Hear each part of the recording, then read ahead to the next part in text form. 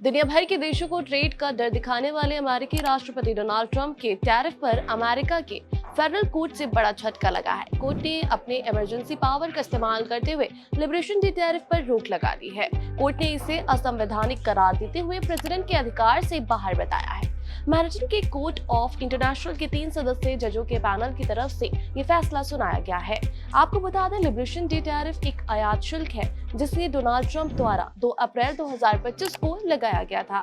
इसके तहत अमेरिका के राष्ट्रपति द्वारा उन देशों पर सामान टैरिफ आयात कर लगाया गया है जो अमेरिका से कम सामान खरीदते हैं लेकिन अमेरिका को ज्यादा सामान बेचते हैं। गौरतलब है कि राष्ट्रपति ट्रंप की तरफ से उन देशों के खिलाफ टैरिफ लगाने का आदेश दिया गया था जो अमेरिका से इंपोर्टेड गुड्स के ऊपर ज्यादा टैक्स लगाते हैं, जबकि अमेरिका में एक्सपोर्ट पर उस देश के ऊपर कम टैक्स लगाया जा रहा है। ट्रंप के इस कदम को लिबरेशन डे टैरिफ कहा गया और इसके जवाब में उन्होंने रेसिप्रोकल टैरिफ लगाने का इस साल 2 अप्रैल को ऐलान किया था। लेकिन डोनाल्ड ट्रंप के इस फैसले को कोर्ट में चुनौती दी गई थी, जिसके बाद अब कोर्ट की तरफ से ट्रंप को झटका लगा है। कोर्ट की तरफ से साफ कह दिया गया है कि फॉरेन ट्रेड पॉलिसी को तय करने का अधिकार अमेरिकी कॉन्स्टिट्यूशन के मुताबिक सिर्फ कांग्रेस को है, ना कि वहां के प्रेसिडेंट के पास। इसलिए कोर्ट ने कहा है कि राष्ट्रपति ट्रंप की तरफ से लगाए गए टैरिफ किसी रियल इमरजेंसी की स्थिति के दायरे में